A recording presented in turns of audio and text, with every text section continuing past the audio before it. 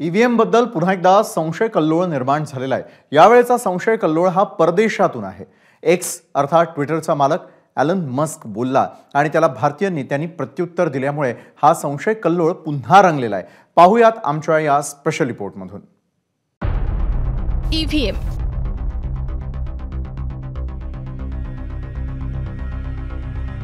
प्रत्येक लोकसभा आणि विधानसभा निवडणुकांच्या वेळी ईव्हीएमवर सर्वाधिक चर्चा होते। या चर्चेला अंत आहे की नाही असा प्रश्न आता निर्माण झालाय। ईव्हीएम हॅक होतात की नाही या प्रश्नाचं समाधानकारक उत्तर मिळणं कठीण बनलंय। कारण काँग्रेस सत्तेत असताना भाजप नेते अडवाणींनी 2009 साली ईव्हीएम बद्दल शंका व्यक्त करून त्याचा वापर थांबवला पाहिजे अशी मागणी केली होती। काँग्रेसनं ती फेटाळून लावली। आज काँग्रेस आणि विरोधातले इतर पक्ष अडवाणींसारखीच मागणी करते आणि भाजपचे नेते ती फेटाळून लावतात। हा सारा संशय कल्लोळ असताना एक्सचा मालक एलन मस्कनं या वादात उडी घेतली आहे। अमेरिकेच्या अध्यक्षपदाचे अपक्ष उमेदवार रॉबर्ट एफ केनेडी ज्युनियर यांनी प्युर्टो रिकोमधल्या निवडणुकांसंबंधी एक ट्विट केलंय। काय आहे ते ट्विट बघा। अमेरिकेच्या प्युर्टो रिकोतल्या निवडणुकांचं ईव्हीएमवरती मतदान झालं। तिथल्या ईव्हीएम संबंधी शेकडो तक्रारी आल्या, पण सुदैवानं सर्व ईव्हीएमचे पेपर ट्रेल म्हणजेच कागदी पावत्या होत्या। त्यामुळे त्यांची मोजणी करून अचूक निकाल लावले गेले। अमेरिकेतल्या निवडणुका सुद्धा ईव्हीएम ऐवजी मतपत्रिकेद्वारे घेतल्या जाव्या। मी निवडून आलो तर निष्पक्ष निवडणुकांची हमी देतो। रॉबर्ट केनेडींच्या या ट्विटला रिट्विट करताना एलन मस्कनं उत्तर देत पुरे झाला ईव्हीएमचा वापर असं म्हटलंय। बघा मस्क काय म्हणतोय ते। आपण इलेक्ट्रॉनिक वोटिंग मशीन बादच करून टाकल्या पाहिजे। माणूस किंवा आर्टिफिशियल इंटेलिजन्सद्वारे ईव्हीएम हॅक होण्याचा जराही धोका असेल तर ती मोठी बाब आहे। एलन मस्कच्या या ट्विटचा संदर्भ अमेरिकेतला असला तरी त्याचे पडसाद हे भारतात उमटले। सत्ताधारी पक्षातले नेते लगेच मस्कच्या विरोधात मैदानात उतरले। राष्ट्रवादीचे खासदार प्रफुल्ल पटेल यांनी तर आम्हाला फुकट सल्ले देऊ नये असं म्हटलंय। इलॉन मस्कला सांगा की तू गाड्या बनवू तिथे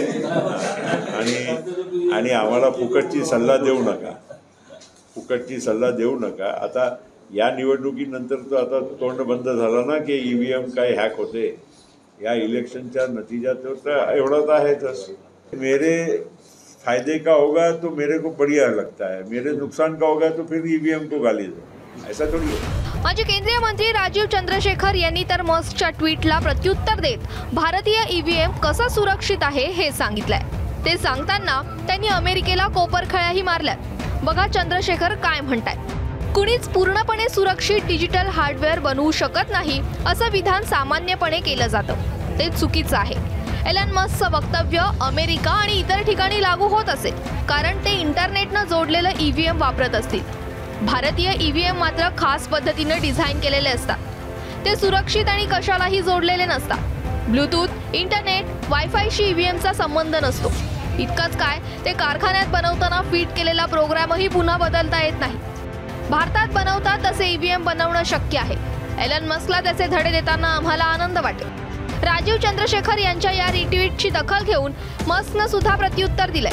त्यात तो म्हणतोय सगळं हॅक करता येतं। त्यावर राजीव चंद्रशेखर यांनी तांत्रिकदृष्ट्या तुम्ही बरोबर आहात। मी सुद्धा तंत्रज्ञानाच्या मदतीनं किंवा इतर मदत घेऊन कुठलंही एन्क्रिप्शन तोडू शकतो। जेट सारख्या विमानांच्या कॉकपिट पासून ते इतर हार्डवेअर, डिजिटल सिस्टीम हॅक करू शकतो। पण ते हॅकिंग वेगळं। ईव्हीएम पूर्णपणे सुरक्षित आणि विश्वासार्ह आहे। त्याच्याशी तुम्ही सहमत असाल वा नसाल। मस्क आणि चंद्रशेखर यांच्यातलं हे ट्विटर वॉर रविवारी टॉक ऑफ द टाउन होतं। मुंबई उत्तर पश्चिम मधल्या संशय कल्लोळाची बातमी येताच राहुल गांधी, अखिलेश यादव यांनीही ईव्हीएम वरून संशय व्यक्त केला। राहुल गांधी यांनी तर भारतातले ईव्हीएम ब्लॅक बॉक्स आहेत आणि त्याची पडताळणीच कुणाला करू दिली जात नाही असा आरोप केलाय। जाता जाता भारतातल्या ईव्हीएम वापराचा इतिहास काय आहे तो सुद्धा बघा। 6 ऑगस्ट 1980 ला पहिल्यांदा ईव्हीएम राजकीय पक्षांना दाखवण्यात आलं। 1982 मध्ये केरळातल्या पेरावूर विधानसभा मतदारसंघातल्या पोटनिवडणुकीत काही मतदान केंद्रांवरती ईव्हीएम पहिल्यांदा वापरलं गेलं, पण सुप्रीम कोर्टानं एका निकालामध्ये ईव्हीएमचा वापर करता येणार नाही, त्यासाठी 1951च्या लोकप्रतिनिधी कायद्यात दुरुस्ती केली पाहिजे असं सांगितलं। 1989 ला ईव्हीएमचा वापर करण्यासाठी कायद्यात दुरुस्ती झाली, पण राजकीय पक्षांमध्ये ईव्हीएम वापरावर मतैक्य झालं नाही। 1998ला मात्र राजस्थान, मध्य प्रदेश आणि दिल्लीतल्या विधानसभा निवडणुकीत प्रत्येकी 25 मतदारसंघात ईव्हीएम वापरलं गेलं. 2001ला तर तामिळनाडू, केरळ, पुदुच्चेरी, पश्चिम बंगालच्या विधानसभा निवडणुकांमध्ये ईव्हीएमचा पूर्णपणे वापर केला गेलाय. 2004च्या लोकसभा निवडणुकीत सर्व 543 मतदारसंघातलं मतदान ईव्हीएमवरच झालं आणि तेव्हापासून भारतीय निवडणुकांतून मतपत्रिका पूर्णपणे हद्दपार झाल्या. ईव्हीएमच्या वापरासंबंधी अनेक हरकती आणि आक्षेप निवडणूक आयोगानं दूर केले. सुप्रीम कोर्टानंही आता ईव्हीएम बद्दल शंका कुशंका नको असं बजावलंय. पण तरीही अनेकांना ईव्हीएम हॅक होऊ शकतात असं वाटत राहिलंय. ब्युरो रिपोर्ट, एबीपी माझा, उघडा डोळे बघा नीट.